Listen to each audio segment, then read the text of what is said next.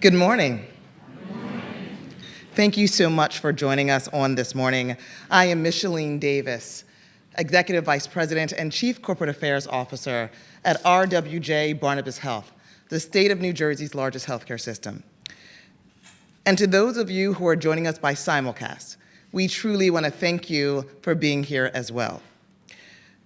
A special thank you and welcome and good morning to my friends and our colleagues at RWJ-Barnabas.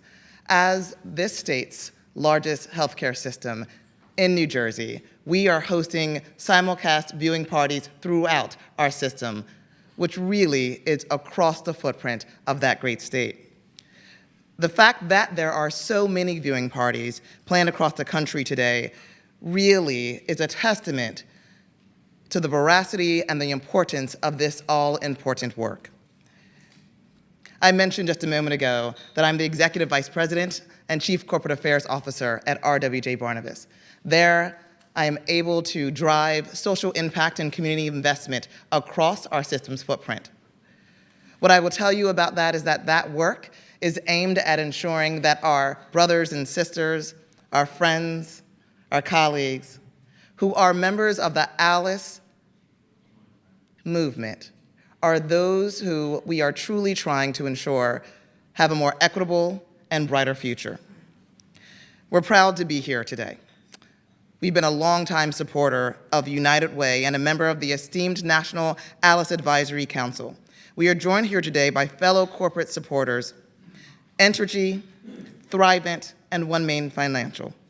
Other sponsors of the project are also listed in all of your press kits. This group of businesses and organizations is especially committed to helping shore up American families who, despite working, remain unable to make ends meet. They are unable to afford the basic necessities that so many others are able to take for granted. Indeed, despite working sometimes 1 and 2 jobs, they remain unable to ensure that their families have adequate access to the necessities of life like housing, food, childcare, healthcare, and transportation. In the realm of healthcare, we call these issues, these areas, the social determinants of health. You see, what we have come to realize and acknowledge is that which many within our communities have always known. And that, my friends, is simply that. Our patients, their families and friends cannot be healthy. They cannot have positive health outcomes if, in fact, they live in communities where they are themselves food insecure, housing insecure, work insecure. The truth of the matter is that economic stability has an incredible impact on the health and well-being of each and every individual. United Way calls this particular issue and the individuals who suffer from it, ALICE. ALICE stands for Asset Limited, Income Constrained, but Employed. Through a series of new standardized measurements, United Way is quantifying the number of households in each state that is struggling financially, and more importantly, the reasons why. These measurements help to provide a broader picture of financial insecurity than traditional federal poverty guidelines. But much more than a demographic or a set of data, ALICE is someone that we know. I mentioned just a moment ago that oftentimes they're a friend or a colleague or even a relative. You see, ALICE is someone who is always around us. ALICE served your coffee this morning, and perhaps your breakfast too. ALICE may have very well driven you here on today. ALICE sat next to you or stood next to you on a subway.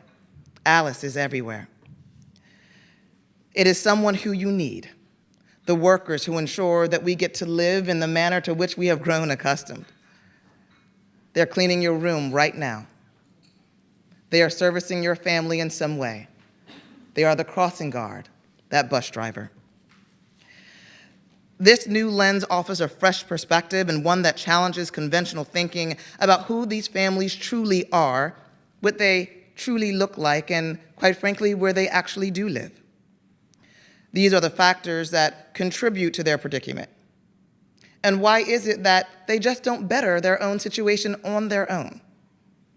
This work is about addressing the issues and systems and structures that contribute to the proliferation of Alice, and what we can do better in order to change her outcome. Throughout this morning's program, we will be challenging 5 commonly held myths about who is struggling and why. The very first myth is around financial instability and the fact that it is concentrated in urban centers or specific neighborhoods or in communities that look a certain way or speak with a certain dialect or accent. You shall hear in just a few moments from one of my heart's dear friends, John Franklin, the CEO of United Way of Northern New Jersey, and you will learn about the United Way Alice Project, how it began by challenging the notion that pervasive financial hardship is confined to a few select poor neighborhoods. John set out to understand why so many families were seeking support from organizations such as a food pantry, a soup kitchen, in one of the wealthiest communities in the entire country. And that same community, this wealthy community, had record unemployment and incredibly low poverty rates. This pilot study revealed a hidden population of vulnerable families that earned too much to qualify for assistance under the federal poverty guidelines, and yet were still unable to make ends meet. You see, John will talk to you about the fact that we've come to realize, we've come to view the fact that Alice lives in every single community. She really is next door, even if you cannot see her. So today, John is going to make certain that we get to see Alice, because there is no community that is exempt. The second myth that we're going to talk about is the fact that the job market and that the economy are strong, and that as a result of that, everyone is benefiting. We're going to take a look at the Alice data. The release of the national data set challenges the rosy economic picture that we really want to believe that we are all enjoying right now. Dr. Stephanie Hoops, lead researcher on the United Way Alice Project, presents an overview of the state-by-state and county-by-county data. This highlights that Alice is indeed a national issue, and she's going to talk to you about the way in which, should Alice simply miss one paycheck due to an engine that won't start, or a leaky roof, a repair that was unanticipated, or even a medical bill, Alice's life is disrupted. What's more, low-paying part-time and freelance positions dominate the job market.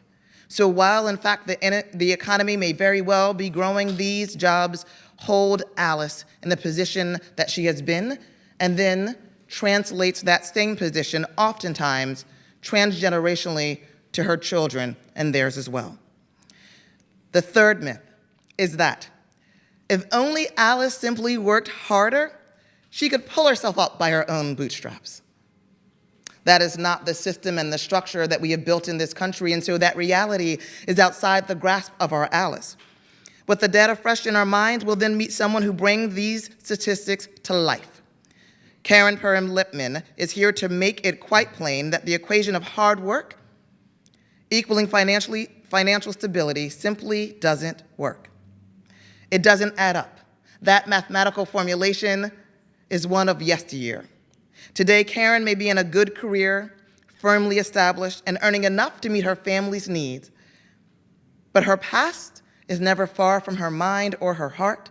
She remembers from whence she came, and she will share with you today how she got there and what it was that she needed in order to get here. These strategies, like skipping preventative health care or a bill payment, can have long-term consequences that threaten health, safety, and stability. And so she will share with you what it is that perhaps we need to think differently about in order to give everyone an equal opportunity to better their lives. The fourth myth is that Alice's struggles are unfortunate, but they are not really my problem to fix. When we begin talking about this type of work, Oftentimes, people believe that we are saying that it is time to try to boil the ocean. We understand that these are all-encompassing, almost overwhelming issues to address. But the reality is that when a large proportion of households are Alice, we are all at risk. What is going on in Alice's household really does affect the rest of us as well. And so we're going to be hearing about that as well. In the last segment of the program, we will envision new and creative ways that begin to rewrite the story, restoring the promise that a hard day's work earns one the comfort that can provide for their family. Little things that oftentimes you, and perhaps even I, may take for granted. Healthy meals, critical access to care, safe and supportive schools, and reliable transportation. Here today to help us to really see the possibilities that come from non-traditional partnerships between corporate and nonprofit powerhouses are a team that exemplify exactly that. United Way's Sarah Berthlot and Odessa Adams-Payne are joined by Entergy executive Patty Riddlebarger to share their idea and to really show and demonstrate not only their success, but how we can all contribute to bringing about that success as well.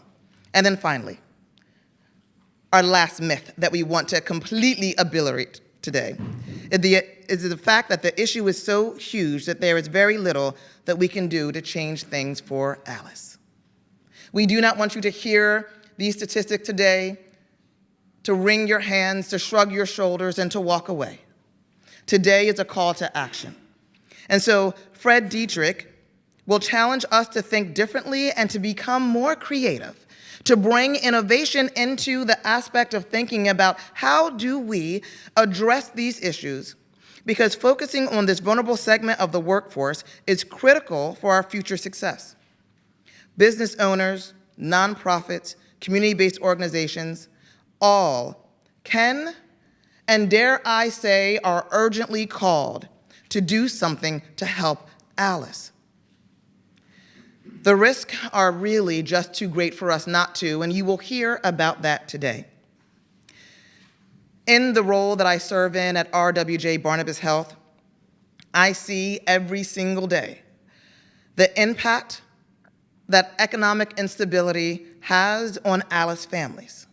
They walk into our doors and we serve them as our patients, but so much more importantly, they also stand by us in the realms of the ranks of employees. You see, Alice has no chief description. You cannot tell Alice when she walks into the room. She doesn't necessarily look a certain way. She doesn't necessarily speak a certain way. She is just as brilliant as she was on yesterday, but today, my friends, together, because you have decided that it would not be robbery for us to take a moment to pause in the course of our lives, to make certain that we are seeing these people in exactly the way in which they should be seen, respectfully, based on the contribution that they bring to our society on a daily basis. We will recognize them in the brilliance and the way in which they contribute to us on a daily basis. But we will see them nevertheless in the rawness that they present as individuals who are connected to us, who need us as we need them, as we stand together to recognize these issues. I am delighted, my friends, to quite frankly bring to the podium an individual who is no stranger to this work, who understands that he is not merely here in order to do well for just a few, that if, in fact, we can catch the flame and set the fire to the rest of this great world, that we can begin to turn the tide for Alice, and that, in so doing, we have a chance to change the future of the world for us, too. Ladies and gentlemen, I bring John Franklin, the father of Alice.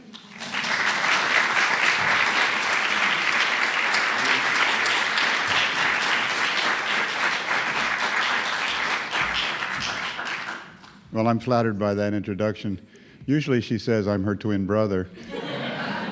But I want you to know she came out first, and I've been following her ever since. As she said earlier, I am from Morris County, New Jersey, which, for those of you who don't know, is always listed in the top 10 wealthiest counties in the country. It's one of those communities where there's beautiful streets, tree-lined, great restaurants, good entertainment. I mean, life is good in Morristown, New Jersey, where I live, for most people. But I used to run the soup kitchen in Morristown, and I realized that it wasn't great for everybody. And these are people that we all know. You know, you think about homeless folks as those folks who they can't get a job, they're drug addicts or whatever. You know, the thing that most homeless people have in common is not alcoholism or incarceration or whatever. It's the lack of a stable, caring adult in their life. As I got to know these folks in the soup kitchen, I realized that this didn't happen overnight. They'd been on a journey. And I wanted to find out where that journey was. Where did they come from? How did they get there? They must have had, and some of these folks were executives that, I won't mention corporations, but they were professionals, they were homemakers, they were vets. How did they get there? We needed to know at United Way because United Way is about community impact, about long-term change, about lasting change. How do you create lasting change? The folks at the soup kitchen were probably those folks below $24,000 a year or $25,000 a year for a family of four. That's the federal poverty level. Can you believe that, no matter where you live in this country? What about the people who make more than that in Morris County, New Jersey, where the cost of childcare is $24,000 a year? We needed to understand this because United Way is about lasting change. How do you bring about lasting change? You start a movement where everybody believes in an idea, where there's a dream that we can all relate to, a dream of a better America for everybody. So we started this project that we now call Alice. Thank you, Stephanie, for coming up with the name Alice and for all the research that you've done. We now have a better understanding of who these folks are, and we understand that we need these people. So the movement was only possible, and I realized this morning even more as I talked to you in the room here. We had an idea. There was a lone nut or two in the room who had this idea. But some people stepped forward from Indiana and Michigan and Florida and Connecticut and now from Iowa and Wisconsin and Oregon and across the country, and Maryland and Louisiana. That's what made this project go. It was a collaborative movement of people coming together around an idea, a dream of a better world. Think about the dream for Alice. Think about Alice. If you're working and you cannot afford decent housing, reliable transportation, the kind of medical care that everybody wants, the dream is lost. If you can't afford good child care so that your kid will have a better chance in life, the dream is lost. And if you can't vote and get a job because of a history of incarceration, the dream is lost. If the dream is lost for Alice, how long before the dream is lost for all of us? As Micheline said so eloquently, this is not just about Alice, this is about all of us. And this is a movement to change the world and to change the conversation about Alice. I am no longer going to listen to congressional representatives, corporate leaders, and people who want to say that folks need to pull themselves up by their bootstraps. Alice works. She pays taxes. There are ways to help Alice so that she can be part of this dream. And it's our job, all of us here this morning, to help Alice fulfill that dream. So thank you for being here this morning. Thank you for this opportunity. Thank you, Micheline, for leading the way here. Now I want to introduce my colleague and really the brains behind the research, Stephanie Hoops-Halpin.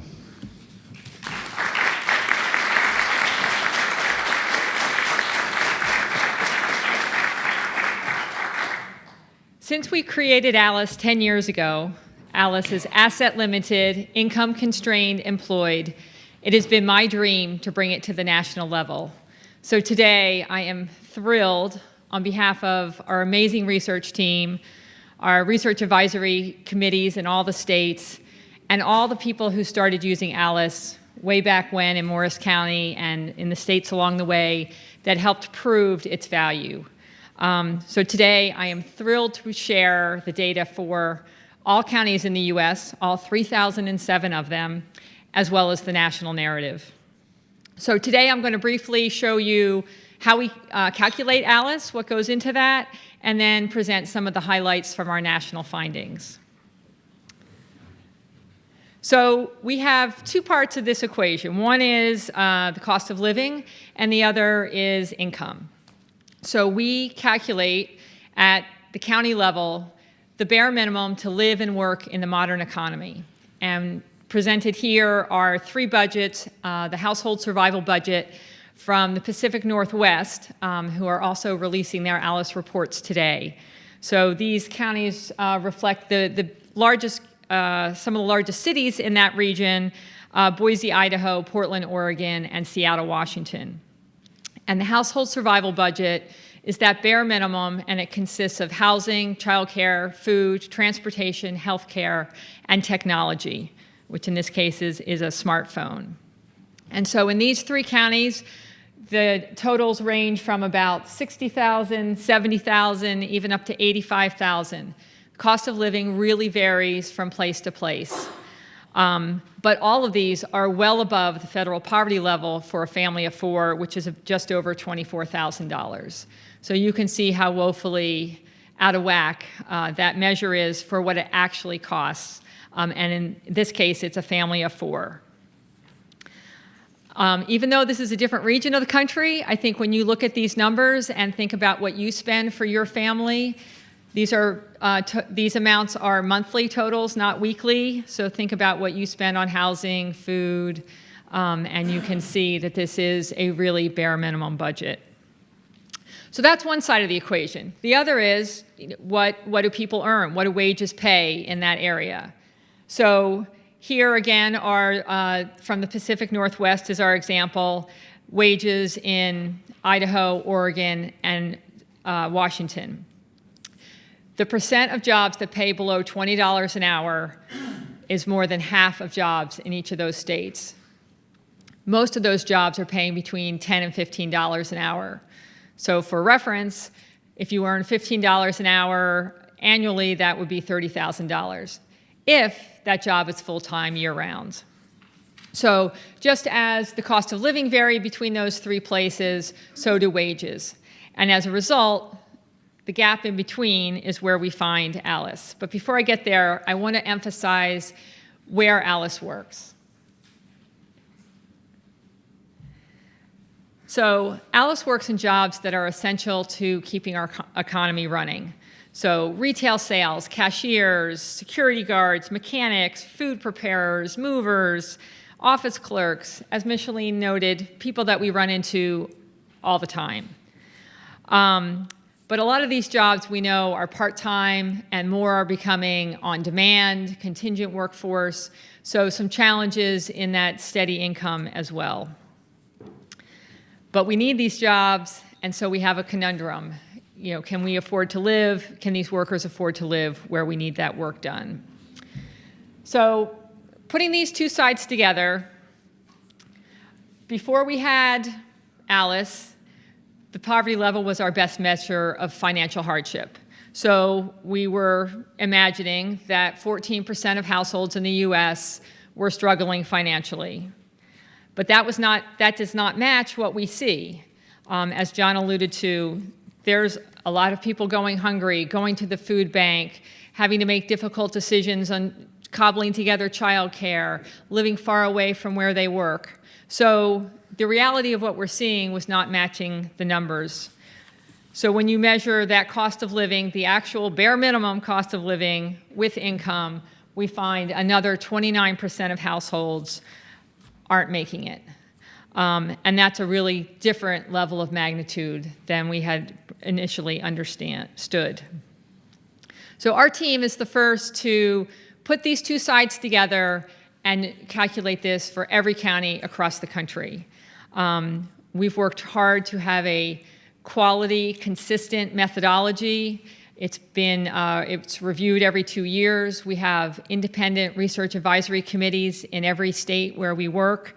And so we feel like we've been able to put together a really solid measure and really present a new way of understanding what's going on in our communities as well as our economy.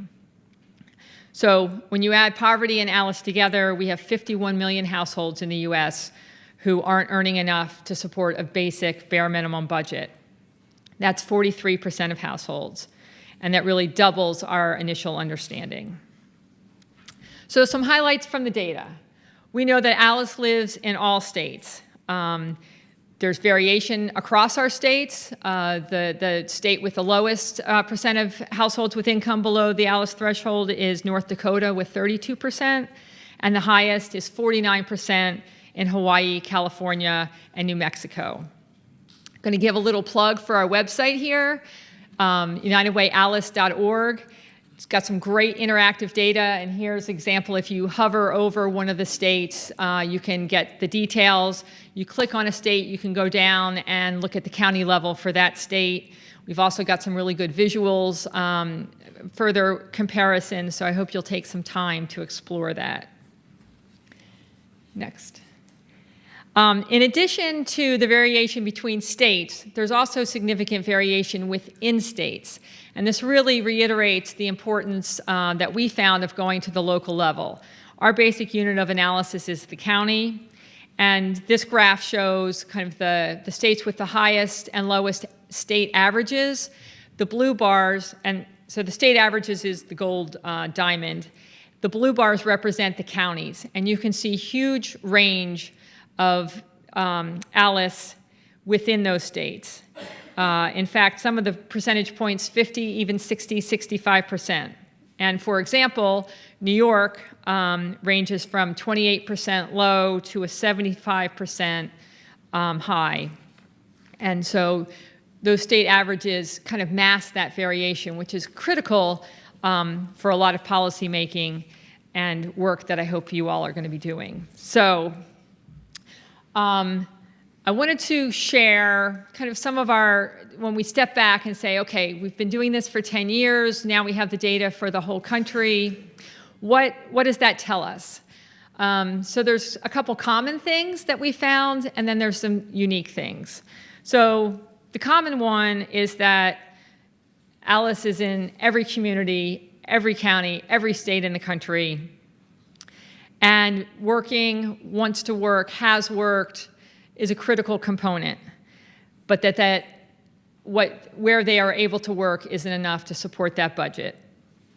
And as a result, these families are forced to make some really difficult decisions. And these are trade-offs that families have to make to balance that budget, is a common theme.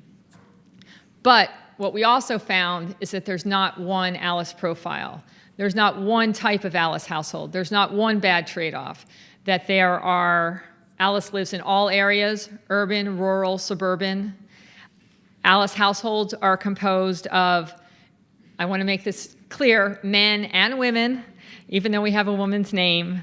But also ALICE households are composed of all ages, races, ethnicities, and household types. So we can't peg ALICE in one corner. ALICE is everywhere.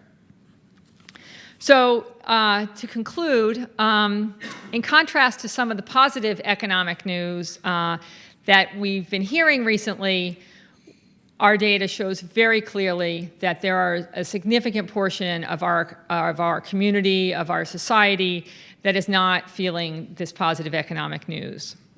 So we feel that ALICE provides really useful tools for both data fanatics as well as community leaders. So I want to push you all a little bit to what you might be able to do with this great data set. So for you data hounds, I hope that you will take this amazing data set and compare it with other indicators in your area of interest. So for example, if your area of interest is healthcare, pair the ALICE data with incidence of diabetes or asthma. If your field is education, match it up with third grade reading levels or high school graduation rates. If you're a community person. Compare it with air quality indicators or voter turnout. And I think we'll find some really important new insights to what's going on in our communities. And for you community leaders, and this is all kinds of leaders, business, nonprofits, government officials, we know that you can't solve a problem if you can't identify it. We've helped identify it. You can't measure progress unless you can measure it. We have a measure. So we hope that you will think about Alice when you're making new strategic plans, when you're developing policy, and really think about, is this making a difference for Alice? Will this remove some of the barriers to financial stability? And will this make a difference in the long run? So thank you. And before I turn it over to our next speaker, I just wanted to reiterate something that Micheline said, is that we know from the research that people move in and out of poverty and Alice all the time, a couple times a year often. But because so many of the challenges that Alice households face are structural, beyond their personal control, it's really hard to become financially stable. So it's my pleasure to introduce an extraordinary woman and her wonderful family that have been Alice and are now able to share that story from a place of financial stability.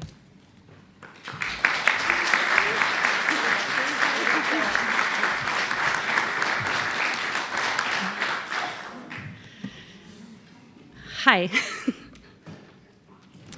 Well, first I want to thank Stephanie. I was really excited to hear the data reveal. I'm from Connecticut, and our local United Ways in Connecticut came on board early on a few years ago to produce the Alice reports, and so it was really meaningful in our state to see all the United Ways have come on board now, 18. It's a sad story, but it's a hopeful story. So, and I think John, I want to thank you especially. I met him 3 years ago, and he's a hero.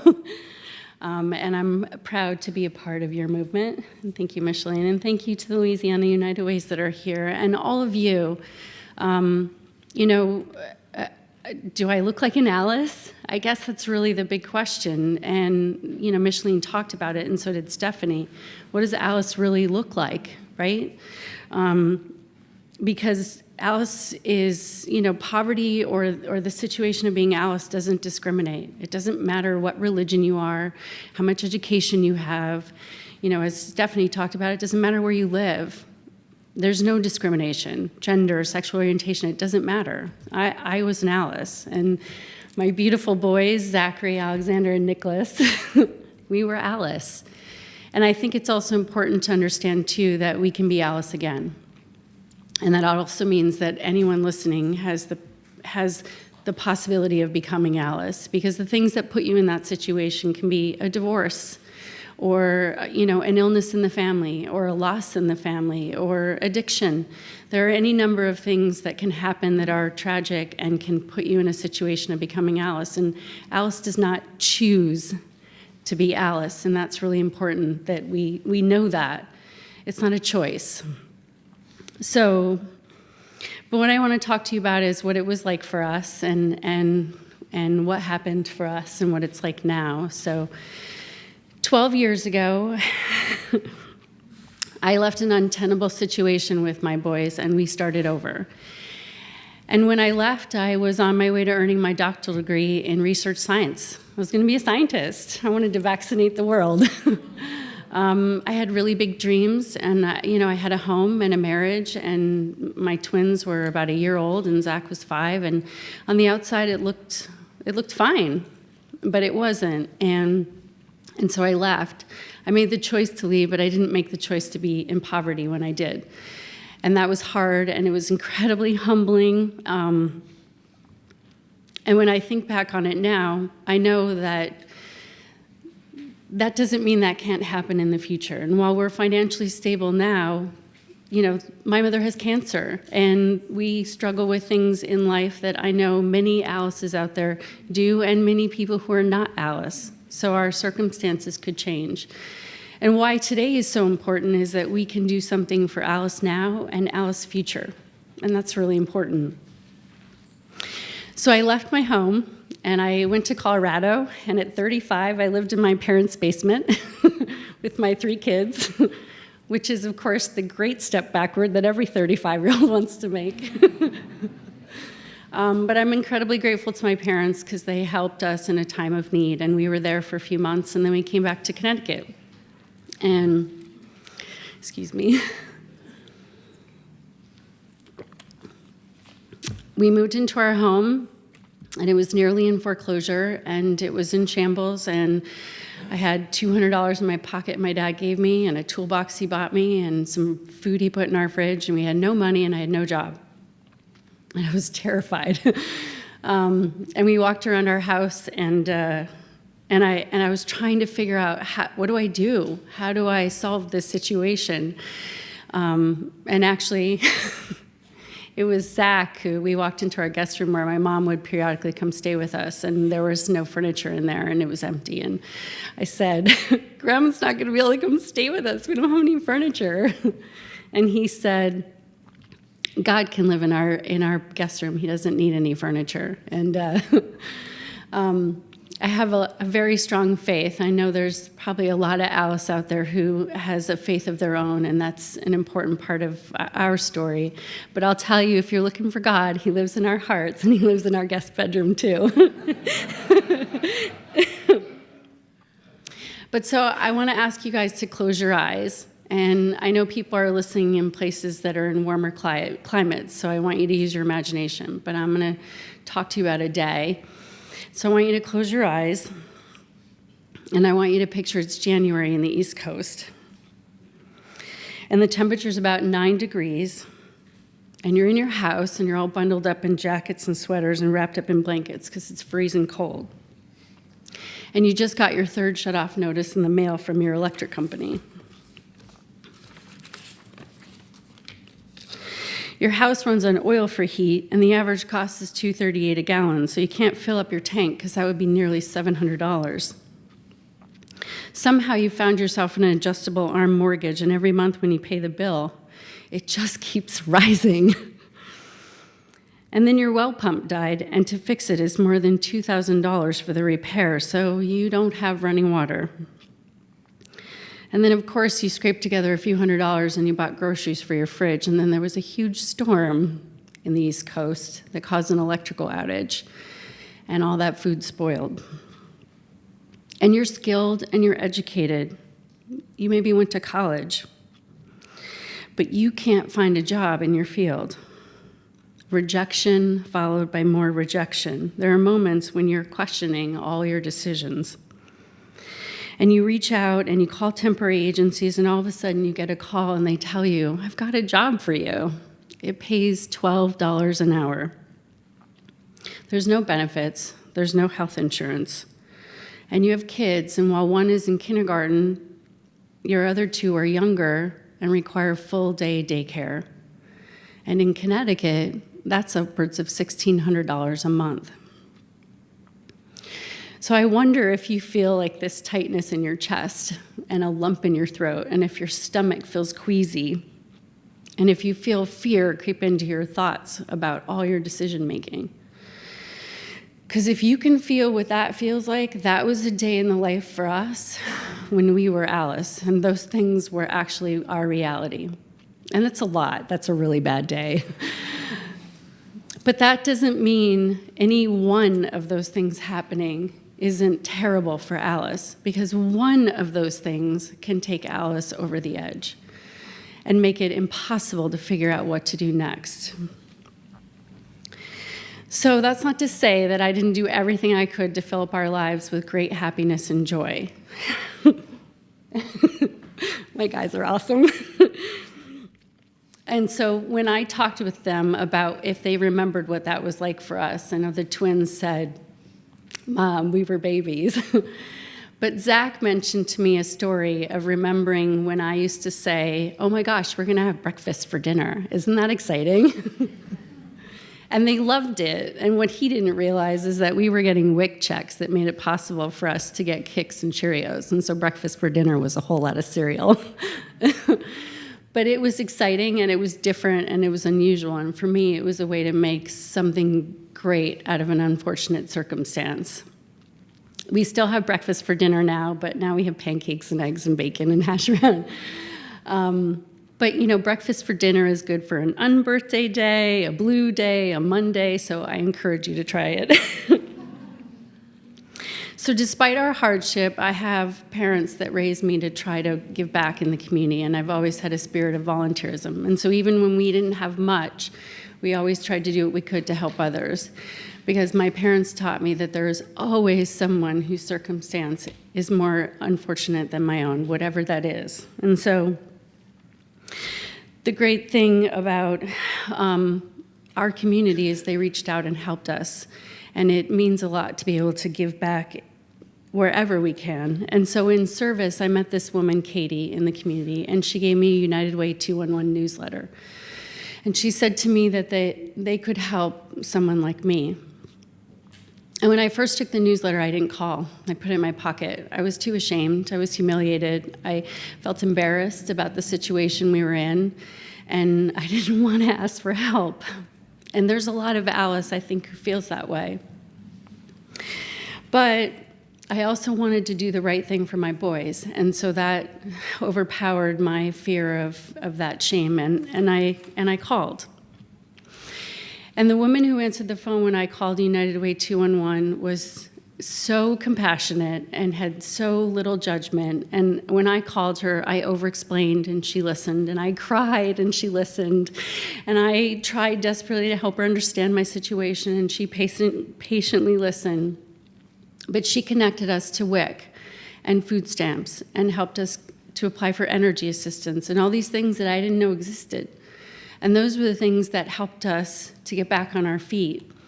We also received donations from food pantries, and our church paid our electric bill one month, and a local police department brought us our first Christmas. They came to my door with a tree and socks and jackets and things that I wasn't able to provide. And it was, I will never forget that day. I cried my eyes out. And, if it hadn't been for that holistic wraparound of my community that gave back to us, we wouldn't be here today. From 2008 to 2012, I had the good fortune to work for a company, and this wonderful man, Jim, who's been my dearest and most incredible mentor in my career since. And in that job, I was Alice. And there were a lot of people in that company who were Alice. They were customer service representatives and frontline technicians. And what was so amazing about that employer and my leader is that he was compassionate about everyone in our workplace. And he used to tell me that people in our lives are like seeds in our garden, and that we have to plant them, nurture them, water them, because we don't know which ones are going to grow to do something special and amazing. So we just have to take care of them all.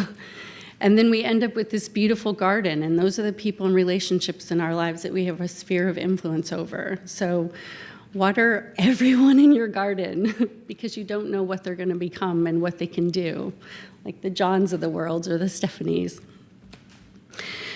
Eventually, I got to go back to my Department of Social Services caseworker's office and break up with her. And that's a seriously awesome day. Later, I would have the incredible opportunity to come to a company and oversee their community investment. And in that role, I oversaw our United Way campaign for our region. And the second year that I was on board, I went with my team to the United Way 211 offices. And we were in there, and the employee was giving us a tour, and all of a sudden it occurred to me that this was my 211. I didn't know it was United Way. And I started crying, and I felt all these goosebumps because I realized when they said to me that the people working in that call center had been there for years, that the woman who answered my phone was sitting in that room most likely, and she was talking with someone else who was Alice. And I just thought, oh my God, like how full circle.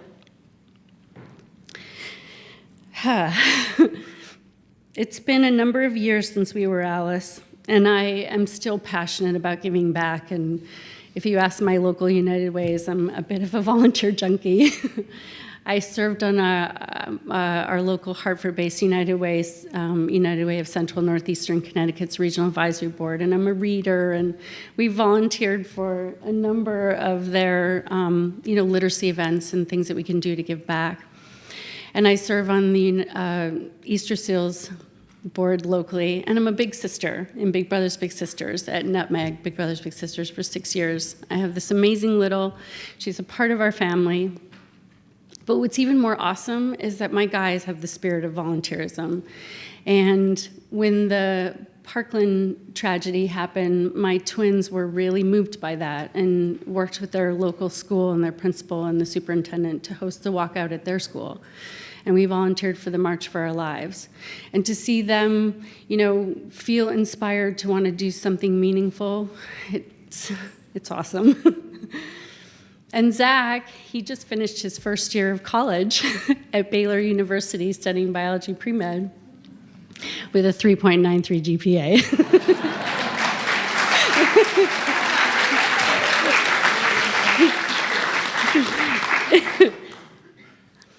And you want to know the first thing he did when he got to school, and I didn't voluntold him? He signed up at the local science center to volunteer to help youth. So I have this amazing pleasure of working now in a leadership role. I'm the Deputy Commissioner at the Department of Consumer Protection in the state of Connecticut. And I have the incredible privilege of serving our employees and serving our consumers across the state. I have these leadership roles in the community and nonprofits, and I get to pay it back and pay it forward. I get to thank the people in my community who helped us and do it in a way that allows me to have a larger sphere of influence. But the thing that's really important is that while we were a former Alice family, that doesn't mean we can't be Alice again. And so when I say to you that poverty or the situation of Alice makes no distinction between gender, age, or ethnicity, or education, it doesn't. And so we are fortunate today. But it's really important for us to remember that we are not unique. Our Alice situation is not unique. My family's not special. There's a lot of Alice out there that needs you. And I think that we can work together to change that story. And hopefully there will be someone else standing here next time telling you that Alice story, and they're in a situation that's improved. So I would like to invite up my dear friend from the United Way of Louisiana so she can talk to you about some of the great work that's happening and how they're helping to change Alice's story. Thank you.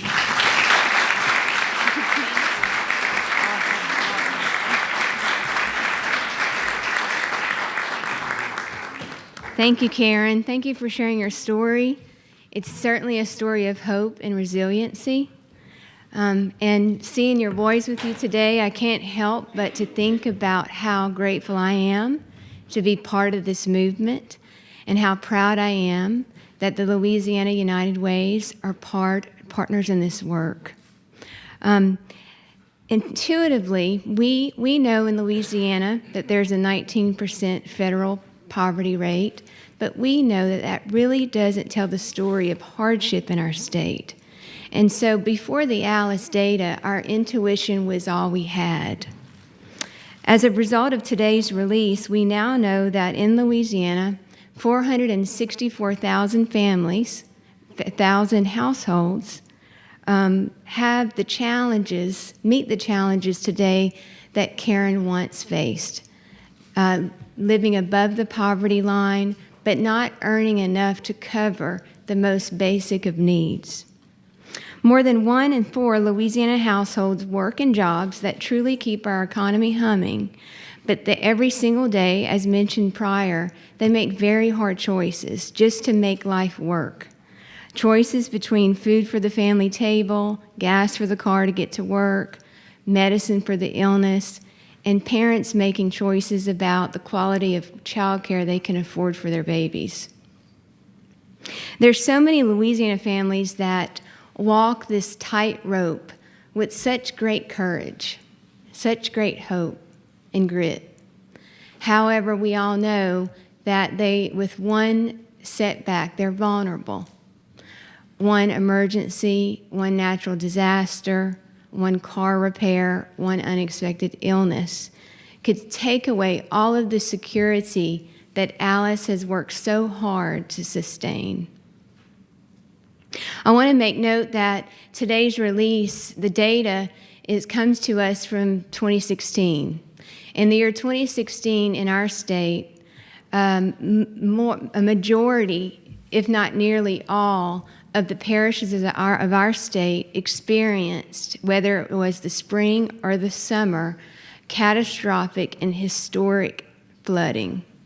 And so in a state where more than half of our households are unable to make ends meet, so many of our Louisiana families at that point in time experienced catastrophic losses and setbacks. Louisiana United Ways are grateful to be part of this project because it has gifted Alice an identity. Getting to know Alice has illuminated new ways, new opportunities to make life better. Serving Alice gives us all a chance to help families find pathways to greater stability, perhaps pathways that could change the trajectory of families for generations. Amplifying Alice's voice provides a more complete picture of the people of our communities. While United Ways across our state address the needs of their communities and projects and initiatives that are as unique as the communities they serve, the common thread for us is that Alice binds us together for a shared purpose. Whether it's providing free tax preparation services, answering the calls for help through Louisiana 211, working with families as they rebuild their homes after damages from the 2016 floods, advocating to protect the earned income tax credit, working to increase funding for early care and education. Together, we are a stronger chorus for the vulnerable families of our state because of the Alice Project. There's so much to say about how Alice has mobilized not just the United Ways, but our communities as a whole. But I'm honored to hand off this point to my colleague, Odessa Adams Payne, to present the work of the United Way of Southeast Louisiana's J. Wayne Leonard's Prosperity Center. This center is one stellar example on how United Ways can partner with strong corporations and local governments to get things done.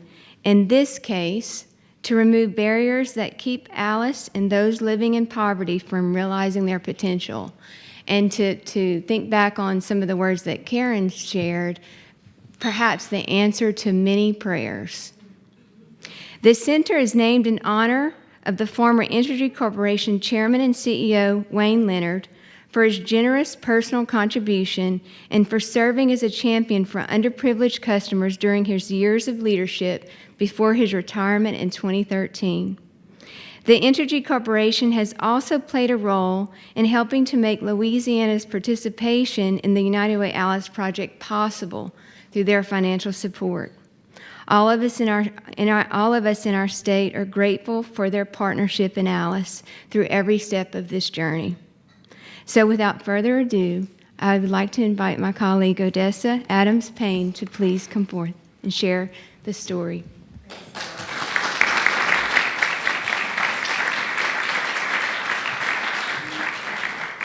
Thanks, Sarah. Good morning, everyone, and thank you all for coming out. According to the Alice report, low wages continue to dominate our local economy while the cost of living continues to rise, and I'm sure that all of you know that that's happening all over the country. But in Orleans Parish, more than half of our neighbors are living below the Alice threshold, including 27% who are below the federal poverty guidelines. And for those of you that know about the federal poverty guidelines, it's impossible for anyone to live off of that amount of money. There are families and individuals that include both men and women, young and old, and also from many different races and ethnicities. There are people that you see every day. It could be the waiter, the person that served you coffee. It could be the person, someone that you rode on the elevator with. It could be the cab driver. It could be a number of people that provide various types of services to you. Many people are taking on 2 and 3 jobs just to barely make ends meet, 2 or 3 part-time jobs. So you can imagine someone spending that amount of time working probably doesn't have a lot of time to do other things. Alice is unable to save for the future. Alice is just one emergency away from falling over that proverbial cliff. It could be a car repair. It could be just about anything that just sends them over the edge. Alice is unable to save for anything. Alice is someone like Terry. And I'm going to talk a whole lot about Terry. Terry is a resident of New Orleans. And even though Terry is working 2 jobs, things are going pretty good for him right now. And he's actually up for another promotion that is going to help him to make a living wage without having to work 2 full-time jobs, which he's very grateful to have. I mean, extremely grateful to have. Just to give you a little bit of background about Terry. Terry is an ex-con who did, and I'm not quite sure, so I'll give you a window, of about 15 to 20 years in prison. He did his time, and he enrolled in a program that's called Strive. And Strive is an international program that offers tough love to the people that come into the program. But that tough love turns into something quite wonderful. One of the things that I find quite profound is that the instructors, some of them are also ex-cons, and they say they may come in with saggy pants, but they'll leave out in a 3-piece suit. And I tell you, that is so true.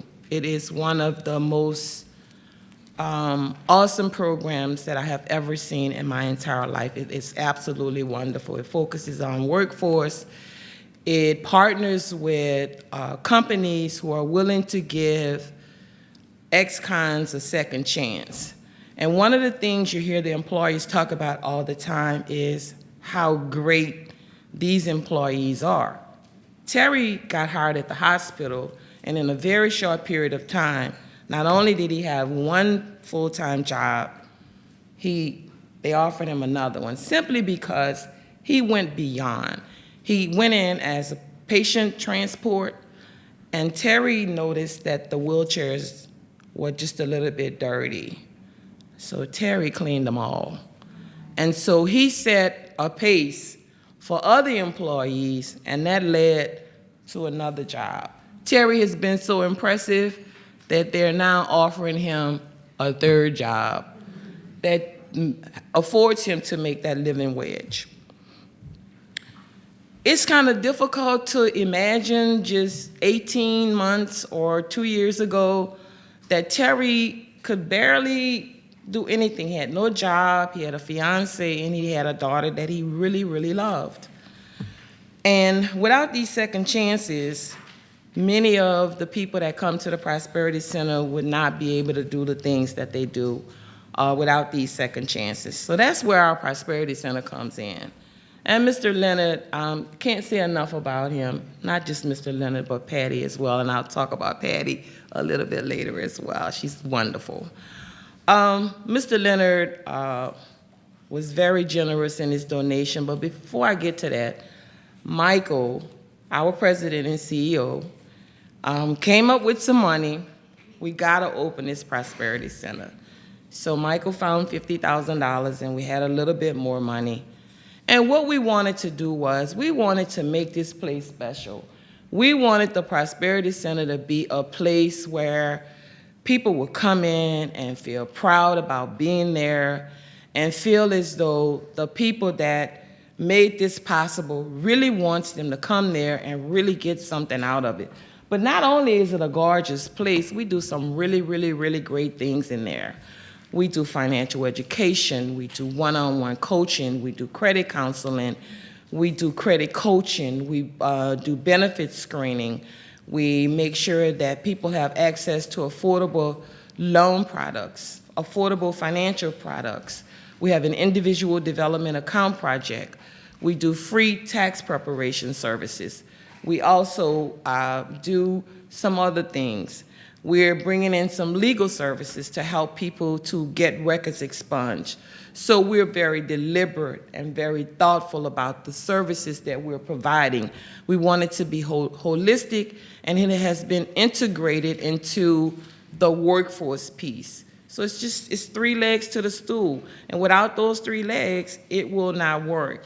So we meet people where they are. It's no cookie cutter to what we do. A person can get 1 or 2 services, they can get 3 or 4 services, they can get all 10. We meet them where they are, and whatever they need is what we prepare. We partner with other organizations because we recognize that we can't do all of this alone. So the services that we help, like people like Terry, are very comprehensive and very thoughtful and deliberate about how we offer these services. We serve our clients with dignity. We help to restore promises to them by offering a pathway forward out of poverty. Terry's story is just one of many. Terry has been a champion not only for himself and his family, he's also a champion for United Way. I cannot think of anything that we have asked Terry to do presentations for our resource development team. He is our champion.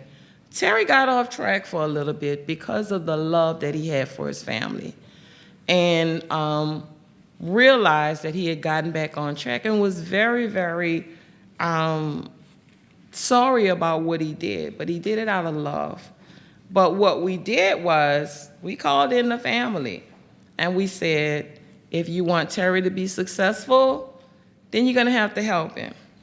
So a lot of things that had been going on previously, buying designer this and a little designer that, a little bit of that has to be put on hold because Terry has a goal of becoming a homeowner. He wants a home for his fiance and for his family.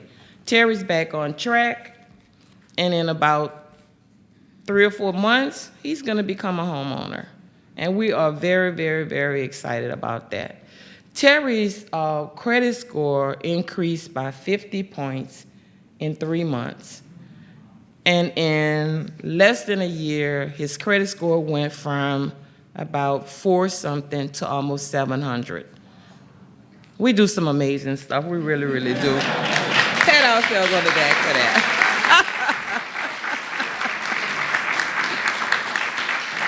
So, you know, we look at ourselves as first responders. We do. And the reason we look at ourselves as first responders because when a person gets a job and they don't know what to do with their money, we're the first ones to show up to make sure that they do. So even though we don't look at ourselves as the same as a police officer or as a fireman, we still are first responders.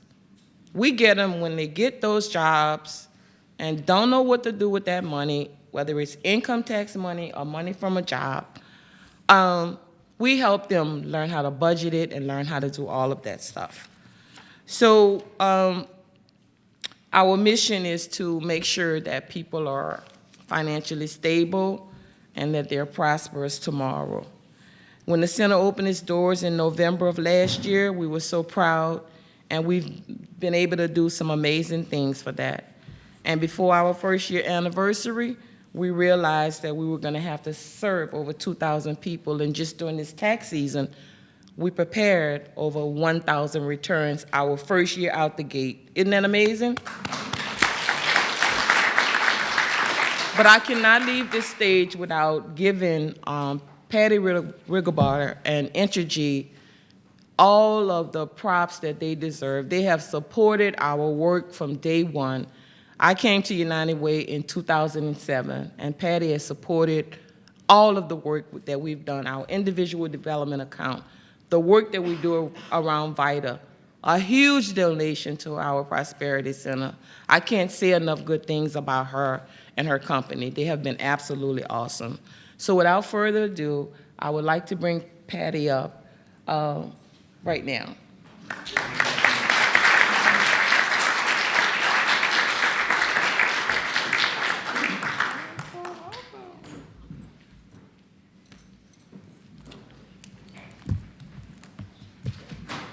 Thank you so much. Thank you so much, Odessa. I'm so inspired by everything that I've heard here today. It's just really been moving and incredible. It's an incredible honor to be here. And what I'm going to talk about a little bit is the role that business can and must play in lifting up Alice in all of our communities. Entergy's focus on Alice is rooted in the economic reality of the communities that we serve and in the vision of our chairman, Wayne Leonard, whom you've heard about, and for whom the Prosperity Center is named. At Entergy, we know Alice well. As many as 74% of the calls that come into our call center every year are from households that are facing some level of financial difficulty. These are households that struggle month to month, and they're often just one calamity away from financial ruin, as you've heard this morning. These are the customers who are at the heart of Wayne Leonard's vision, and they're at the center of our social responsibility mission. As an electric utility, there are times when our customers are without power because of a storm, because of downed tree limbs, because of maintenance issues. But sometimes our customers are without power because they simply can't afford to pay. Life happens. We've heard about that. The car breaks down, you get laid off, the baby gets sick, there's emergency medical bills. For most of us, these are inconveniences. But for Alice families, they can start a downward spiral from which they can never recover. And so a lot of people might ask, well, why does this matter to an electric utility? When we asked ourselves this question, the answer resulted in a seismic shift in the way that we do business. We realized that we should be just as concerned about keeping the power flowing for our customers who are struggling financially as we are for those who are without power because of a storm or another issue. What that meant for us as a company was a commitment to attacking the root causes of poverty. So we took that on as a corporate cause under Wayne Leonard's leadership, and we created the Low-Income Customer Service Initiatives.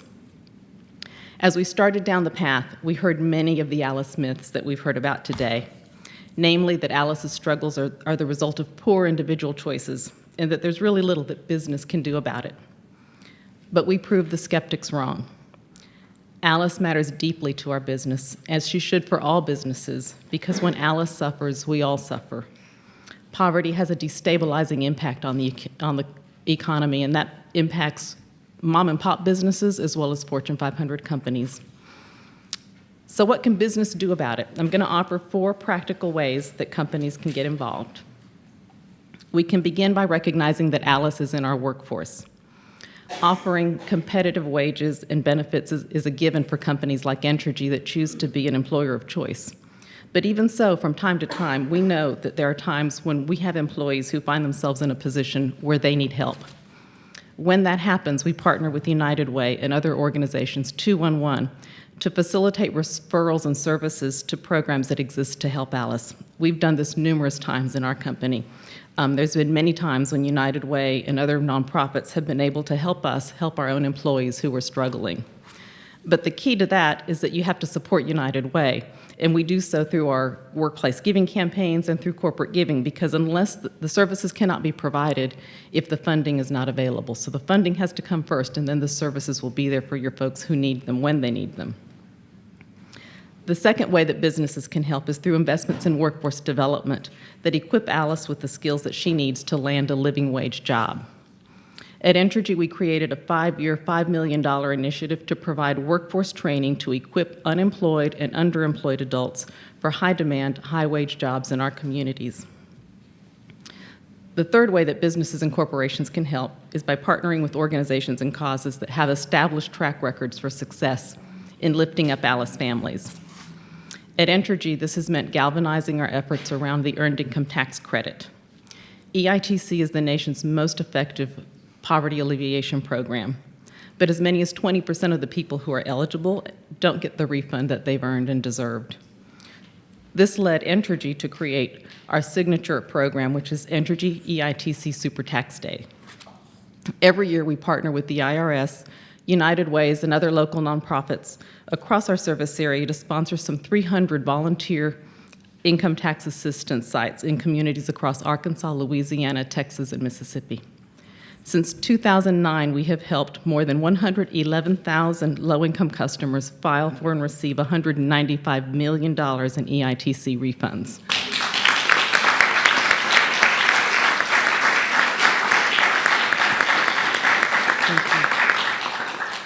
As the refunds go back into the community, they generate an economic multiplier effect of 1.5 as Alice purchases groceries, pays her rent, pays her light bill, and makes her car note.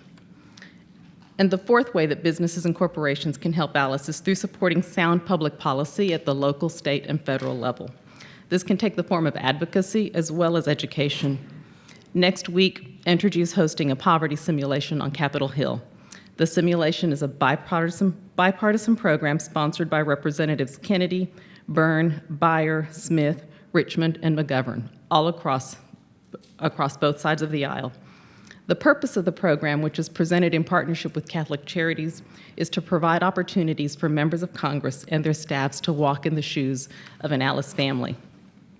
Over the course of a simulated month, they have to figure out how to survive the financial pressures and meet the obligations of a typical Alice household. It will be a powerful and eye-opening experience that we hope will help our leaders as they grapple with legislation that will impact Alice for better or for worse. Equipping Alice families with the tools to succeed is both practical and possible. We've seen that today. For Entergy, it's also a business imperative. Our success is directly tied to the prosperity of our communities. Alice represents our collective reality. What we do to help Alice represents our collective future. And now it's my pleasure to introduce Fred Diedrich with the National Fund for Workforce Solutions, who's going to share some innovative tools that we can use to continue lifting up Alice. Thank you.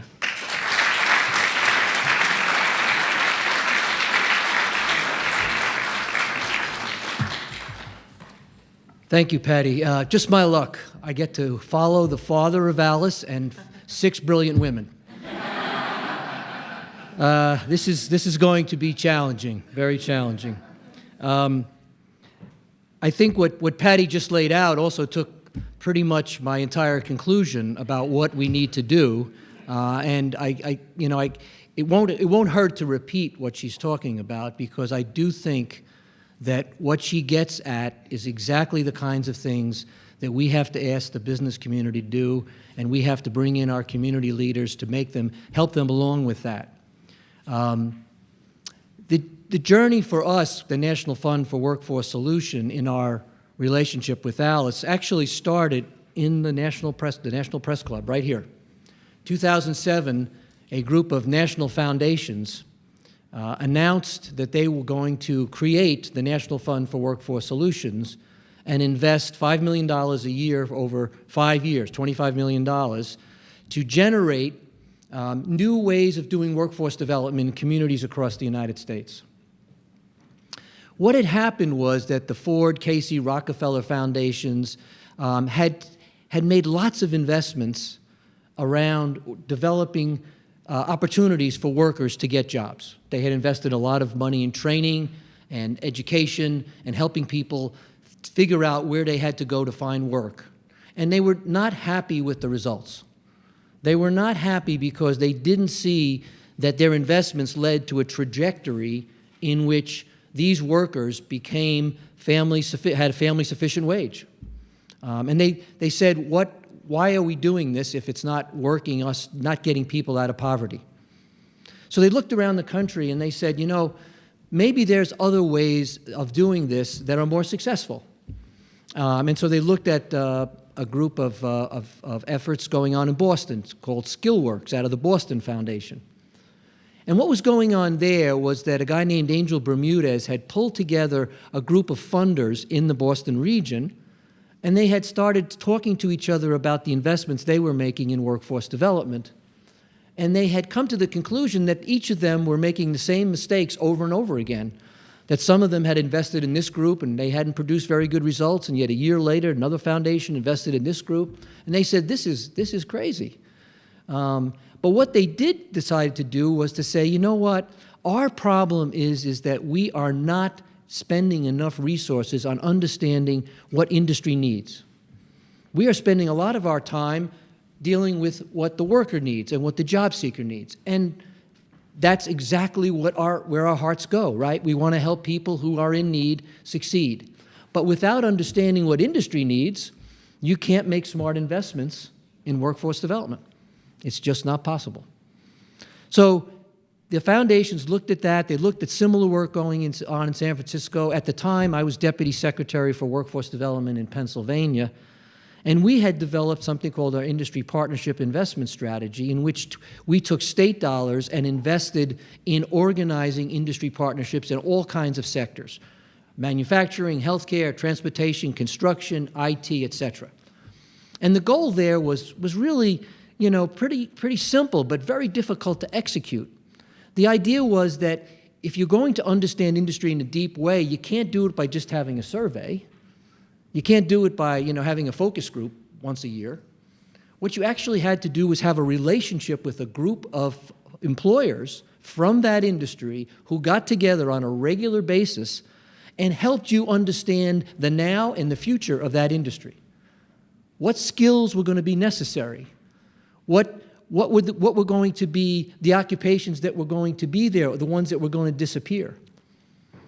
And from that, and from meeting over a period of time with them, you began to develop a relationship with them in which they provided you with what we called industry intelligence. So you can get lots of data through analysis. You can actually analyze that data and, and feed it back and say, is this good? And you can come to information, to data to information, useful information. But you don't get to intelligence unless you actually have the industry around the table saying, I understand what BLS data says on that, but that's not true anymore. That occupation is going out of existence. Or that we are automating in this way, but we're not laying off people because we're moving them into different jobs. And so that approach to try to get industry intelligence across lots of different industries is what helped the National Fund get off the ground. And these foundations came together and said, you know what, why don't we be a catalyst for creating what we called regional funder collaboratives? And the regional funder collaboratives would then match our funding. And the regional funder collaboratives would be made up of local foundations, United Ways, workforce investment boards, community foundations, family foundations, employers, economic development organizations. But the goal was that they would collaborate on a shared vision of what they wanted to do in their community around workforce development. And so that's what the National Fund became. So the funders said, we're going to incentivize communities to come together and build regional funder collaboratives by making funding available to them. Now, so over the course of time, we went from 10 collaboratives, and then when I was hired as the CEO back in 2010, we had about 18 collaboratives, and then we got funding from the Social Innovation Fund, and now we were up to 32 collaboratives. But what did the collaboratives do? They created the industry partnerships. They went out into the community, organized the industry partnerships, found out what manufacturers needed, and through that, were able to develop training programs that were much more effective. And because they had a relationship with multiple employers, they were also able to begin to get at some of the issues that affect Alice. They were beginning to be able to see that, we're pumping a lot of people into your company, but they're not staying. What's going on there? And so over time, we developed an attitude around job quality. And we said, if you don't really invest in your workforce, if you don't invest in your supervisors and train them, you're not going to be able to keep the employees that you want. Now, as I said, we started in 2007 here at the club, and something happened in 2008, 2009, 2010. So our theory about, this is all, if anybody wants to do strategic planning, this is a great way to give up on it. Because, there we were, all these foundations said, hey, we've got a tight labor market. We know we're going to need people. We're going to get people off the bench. We're going to get people who are not, we're going to get ex-offenders. We're going to get folks who are not in the labor force. We're going to get them in because industry needs these folks. And the recession hit. And our construction partnerships went, and other partnerships backed off. Manufacturers had to lay off. Thank God healthcare stayed pretty active. And what we did in healthcare was that we began to see that these hospitals and healthcare organizations were really committed to keeping the workforce that they had. Because what they knew better than some industries the cost of turnover. They knew that losing these people, many of whom lived in the neighborhood. And Johns Hopkins in Baltimore created one of the first healthcare collaboratives in our network. Actually, it existed before the National Fund. It was called the Baltimore Alliance for Careers in Healthcare, BAC. And BAC became a symbol for us as we began to organize in other communities. And so we created in 2011 in Baltimore, hosted by Johns Hopkins, the Career Stat Initiative. And Career Stat is about helping hospitals understand how they can address the needs of their frontline workers. And we created a Career Stat guide that was based upon the work that was being done in many different hospitals. And we held up, for examples, what we called the frontline worker champions, the hospitals that were really doing this well. And I'm proud to say that Jersey City Medical Center, RWJ Barnabas, was one of our winners as a frontline worker champion. And we did, yes.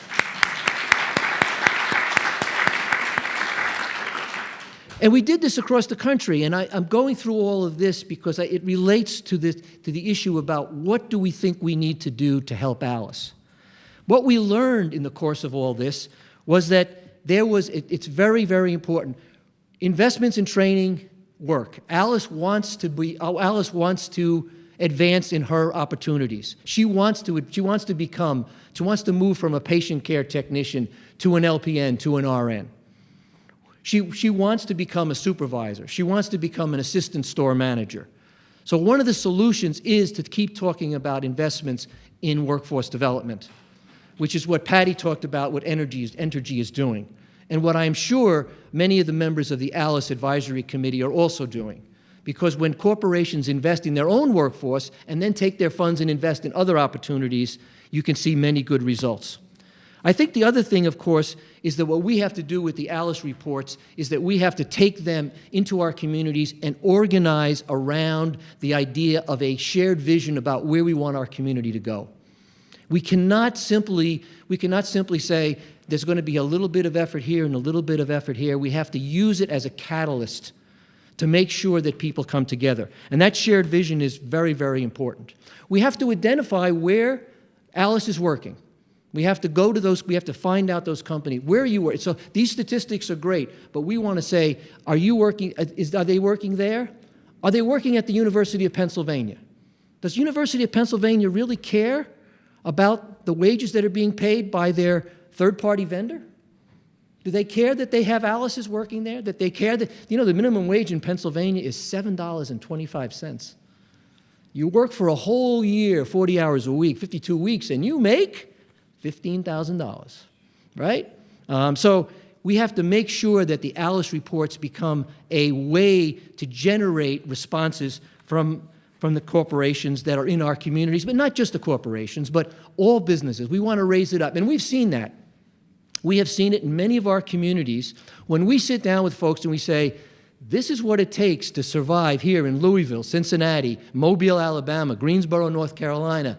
They say, oh, especially the small and medium-sized manufacturers. They're run by guys that look like me, right?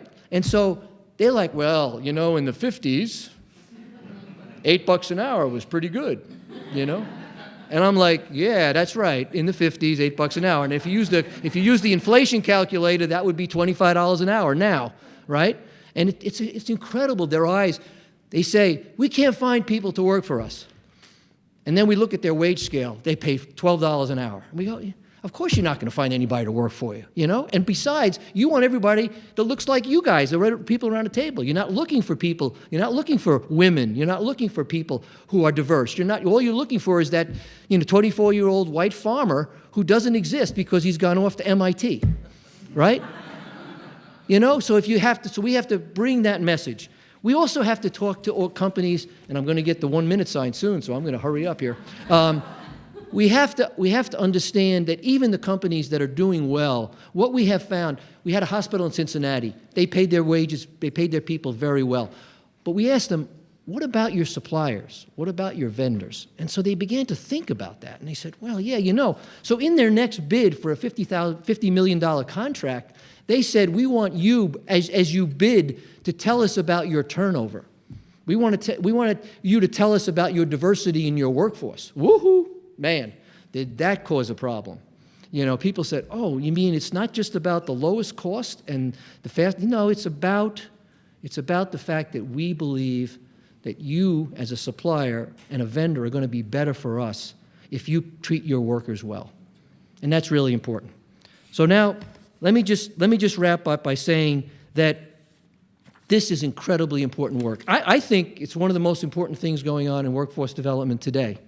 And this means that we have to use it. We have to use it as a catalyst to bring about action by our communities. And we have to make sure that we bring together that shared vision about how we can address it. And there are ways, and there are good companies, and we need to hold up those companies and say, you see what this company's doing? That's the way other companies should be. And we can help the small and medium-sized companies know that a good job is a competitive advantage. And that's what we've been able to show them. So the other thing we have to do is make sure that we promise Alice one thing, one really important thing. Alice, we won't forget you. Thank you very much.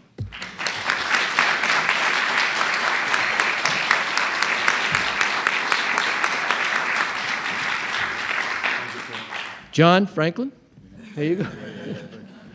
Thank you, Fred. Well, I hope you all are all amazed at the speakers we had here today, the stories we heard. There are 4 things I want you to take away before we get into the Q&A. One, our concept of poverty and financial hardship in America is all wrong. We need some new language and some new data. And guess what? We have it. So let's start using it. Secondly, Alice is a systemic problem. We know she's working, but we know that she's not getting paid enough. We have to address that problem. Third, Alice is not just about Alice. Alice is about all of us. And fourth, since we're focused on long-term impact and lasting change, the way to do that is to share a common dream. So the great news here today is when you know who's in this room, the people who are committed to this effort, we have an opportunity to really bring about change, to change the dialogue in this country about what it means to be in financial hardship. We can do this, and with the help of the press club and the press and the people in this room, this is going to happen. So thank you for being here today. Thank you for your attention. We're going to take some Q&A right now. And we have a microphone somewhere. Molly is our microphone person. So please address your questions to the panelists. And if you get stuck, I'll do the best I can. But we have a few minutes for Q&A, and who's our first? Please speak loudly, say who you are and where you're from. Certainly. Thank you very much. I'm Lucy Getman, Executive Director of Women in Government. We work with women state legislators across the country, and I want to thank you for this powerful and moving presentation today. Because I work so closely with state-level political leaders, I'd love to hear the reflections on what state leaders can do to address some of these issues, in addition to county, local, and business change agents. You want to take that, Micheline? Sure.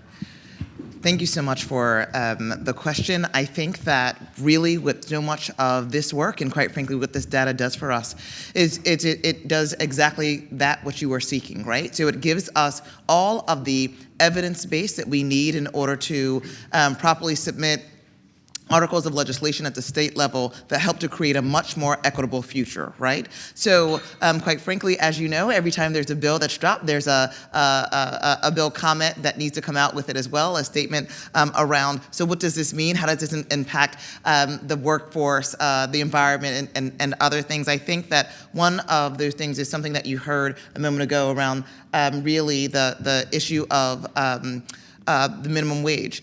Listen, I come from the great state of New Jersey. I am outrageously blessed. I have a fantastic CEO, Barry Ostrowski, who gets this work second to none. But I also have a governor and a state legislature that's really trying to push so many of these things forward, right? So one particular, which may be of interest to you, is the fact that our governor just signed the Diane B. Allen Equal Pay Act, right? Which helps to ensure, it's actually the most sweeping legislation in the nation right now around ensuring that women are paid equitably in the state of New Jersey. We suspect, yeah, you can clap for that.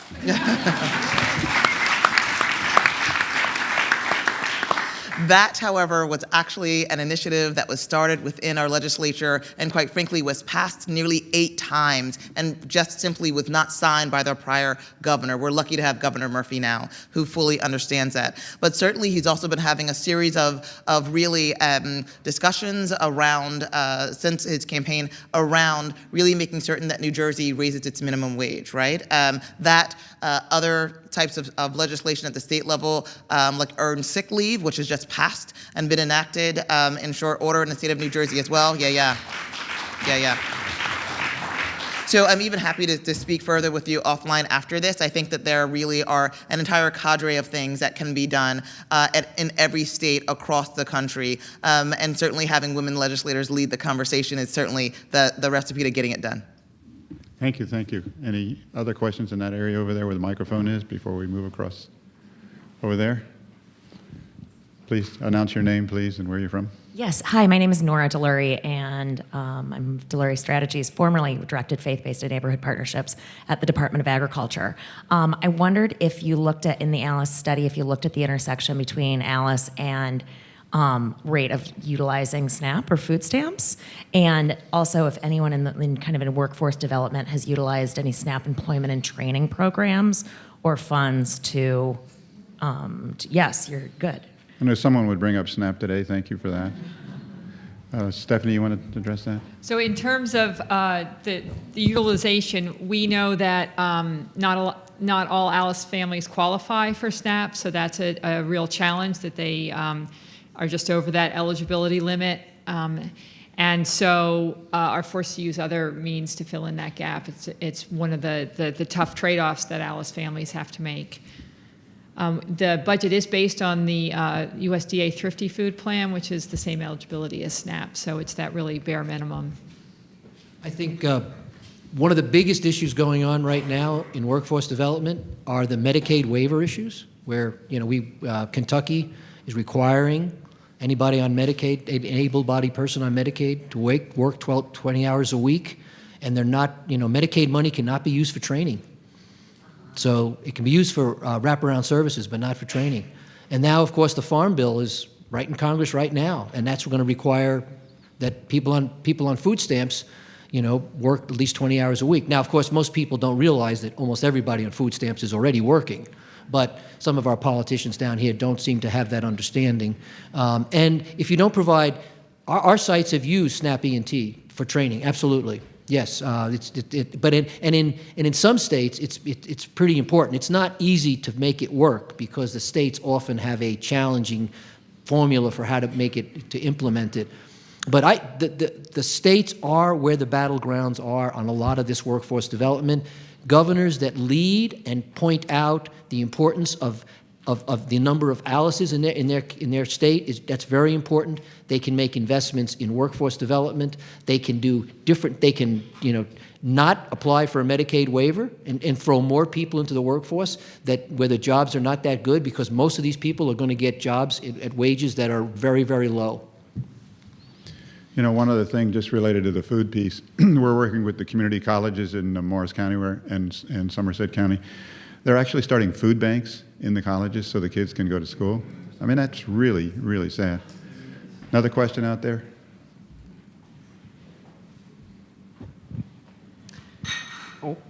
I'm Amanda with United Way of Frederick County, and fairly new to the Alice report. And I was wondering why we didn't choose to put in student loan debt. So I have a best friend who is very similar to Karen's story, 2 kids, single mom, and she had to live with her parents simply because the student loan companies wouldn't stop calling, and it was either rent or student loans. And I know that that's not affecting everyone, but if we do want a good workforce, and it is expected that people have a bare minimum of a bachelor's degree, and the average millennial is $30,000 in debt, and they can't get out of it with bankruptcy, why isn't that part of the calculation? So it's a great question, and there's a lot of things that we would like to put in that budget. So the budget itself is the bare minimum to live and work in the modern economy. And it's not something that we aspire to. It's not something that we even recommend. You make a great point about the student debt. There's no savings category in that budget. There's really no way to invest in your future to survive that emergency. And that's why it's called a survival budget. So I think these are the directions that we want to help families to be able to go in, and certainly student debt is often a reason people become ALICE.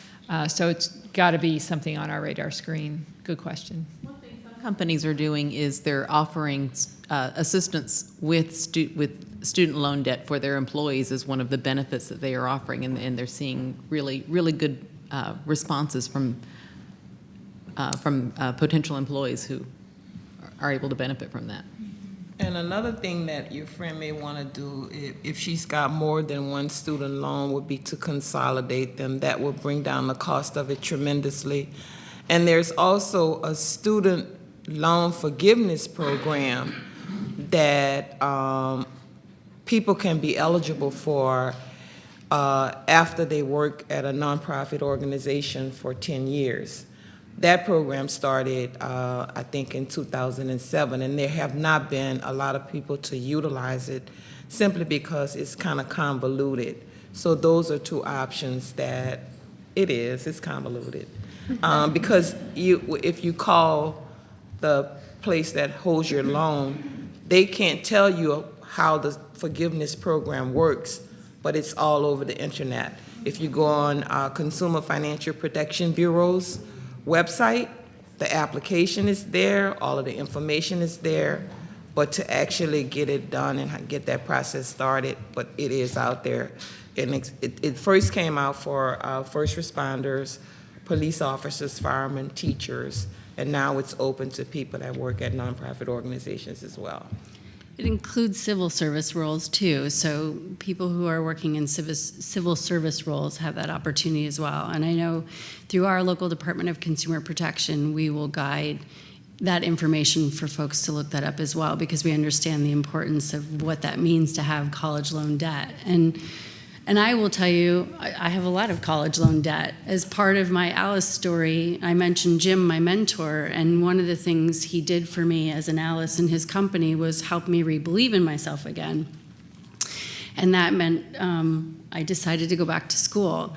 And I did go back. I got a certification in software administration and application, and then I eventually went on and got my master's degree from Albertus Magnus, locally in Connecticut. And now I'm on my way to earning my elusive doctoral degree at Eastern University, which I'm excited about. But when I talk to the podium about how I can be Alice again, I have loan debt. Now I have a better mechanism for looking at how to handle that, but I also have a college student, and while he got 3/4 scholarship, it doesn't pay for all of his tuition. And Alice can have a lot of debt, and Fred talked about it. Alice doesn't want to be Alice. Alice wants to get back on his or her feet or their feet, and that means working hard. And I worked hard. I had a lot of support in my community, but I worked hard to be where I am today. And I think that's true of Alice. No one wants to be in that situation. So part of what we need to be thinking about too for future Alice is how do we put those systems in place to help families and seniors and college students, because Alice is everybody. Just a small point here. Mark reminded me, as our technician, when you're speaking, be close to the microphone so that people out in the simulcast world can hear. We have another question over here. Good morning, Dave Zuckerman with the Democracy Collaborative. So clearly wages are an important part of the equation. I would also suggest wealth building opportunities that allow people to build meaningful assets. But to that last comment, I was curious if you could reflect on the need or the role, and I would suggest the need of significant public investment in some of these areas that were the most variable in terms of cost across the different regions, which would be housing, childcare, you talk about education or the student debt, and also healthcare. So the need to actually create public investment to have affordable healthcare, childcare, education, and housing in our country. Very good, very good. Any comments on that? Yeah, we're all in favor of that. The reason I didn't, I had it in my remarks, but I didn't mention it. I ran out of time. But part of it is because of the challenge of thinking that the solution is going to be with the government at this point.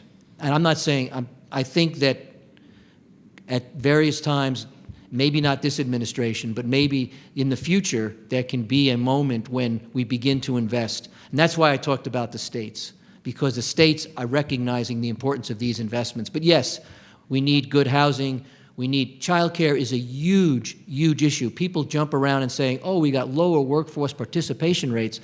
If we had good quality, affordable childcare, there'd be a hell of a lot more women in the workforce, right?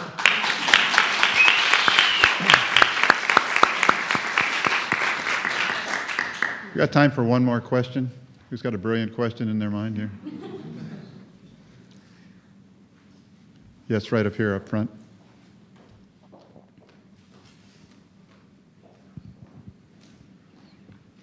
Tell No us who you pressure are. on the quality of this question.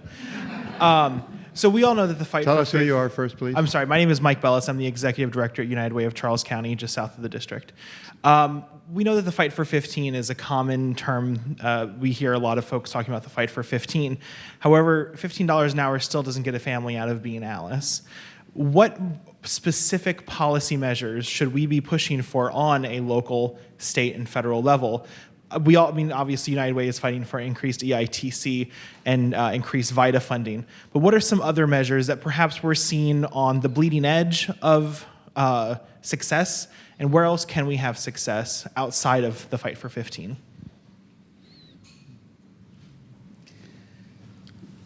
All right, because we're all sitting here meditating on everything else that we want to say. I think that you heard a lot of that this morning, right? But I also think that it's really imperative that you literally get your business community to be in that dialogue with you. And what we tend to see across the nation, quite frankly, is the fact that the business community is so significantly concerned about what the impact will be to their bottom line, most immediately as a result of something like the EITC or, quite frankly, the minimum wage hike, right? And so as a result of that, I really think that a proposal that helps to graduate that minimum wage is something that the business community can take hold of, and will be able to see, quite frankly, why it is that the sustainability of the Alice community and beyond is so incredibly important for their bottom line too, right? So it can't be something that's a short-term window, making certain that you're looking for policies that you can set forth in order to create a long-term sustainable change, really significantly effective. I also have to say this, I think that I've got two other policy partners in the room. David just asked a question from the Democracy Collaborative. There's something called a Health Anchor Network, which is really a collaborative of hospitals that have come together in order to figure out how do we do this right? So I want to encourage you to also enjoy not just the work that you're trying to do in the policy space on your own, but to partner with non-traditional policy partners like hospitals and higher ed, because these eds and meds are anchor institutions. have a tendency to look at things through a different lens. I'm seeing other folks shaking their heads, right? Because once you get them on board in order to have this discussion, then it just sort of changes it slightly. You're able to welcome other individuals, non-traditional partners. We have them in Newark, New Jersey, small companies you've never heard of, like Panasonic and Audible.com and Prudential, who have decided to join with us and to take on the moniker of being an anchor in order for us to do something as simple as to eliminate the unemployment gap or strike that the employment gap between Newark, New Jersey, which is the state's largest city, and the state of New Jersey, right? So we've fashioned this entire Newark 2020 initiative, and aspect of that is also, so what do we need to see around the changes in our systems and structures, right? What do we need at the local, municipal, state, and then hopefully one day, my God, the federal level, in order to make certain that we are creating a policy platform of change that helps to make Alice go from Alice to Janice to Tyrone to Ellie, right? So that we help to grow her up out of this. So really helping to stem the tide of that transgenerational poverty and helping to create that community wealth. I think there's a lot of policy that we can help to broker and initiate through, quite frankly, some employee-owned ventures, which I think are really taking shape around the country in order to make certain that we both have employees who are also co-owners. Right? So would love to be able to speak to you even further beyond that. Any other of my fellow panelists? Yeah, one of the things that we noticed in our region, and especially in Southeast Louisiana, is predatory lending is a huge, huge problem.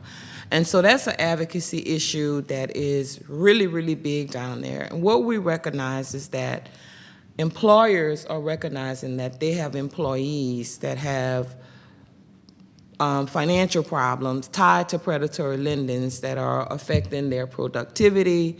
They have high absenteeism, and their turnover is quite high.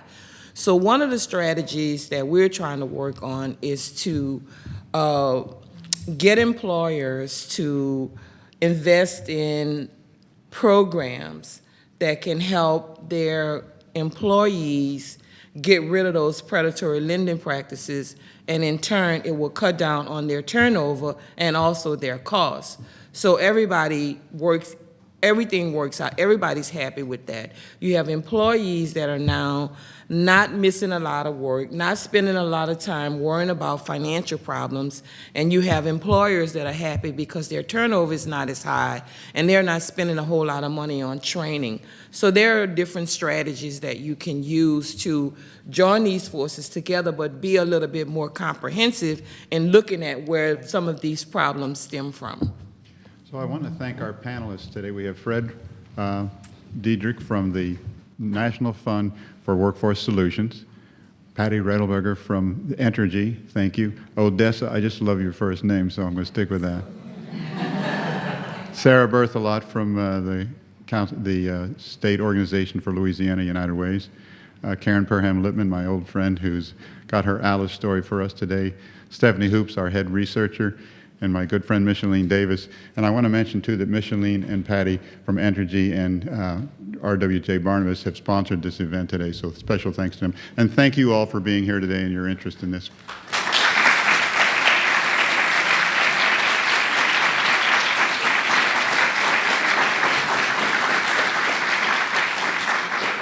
So let's all be champions for Alice. Thank you, dear. My brother. No, baby, that would be you. That is so good.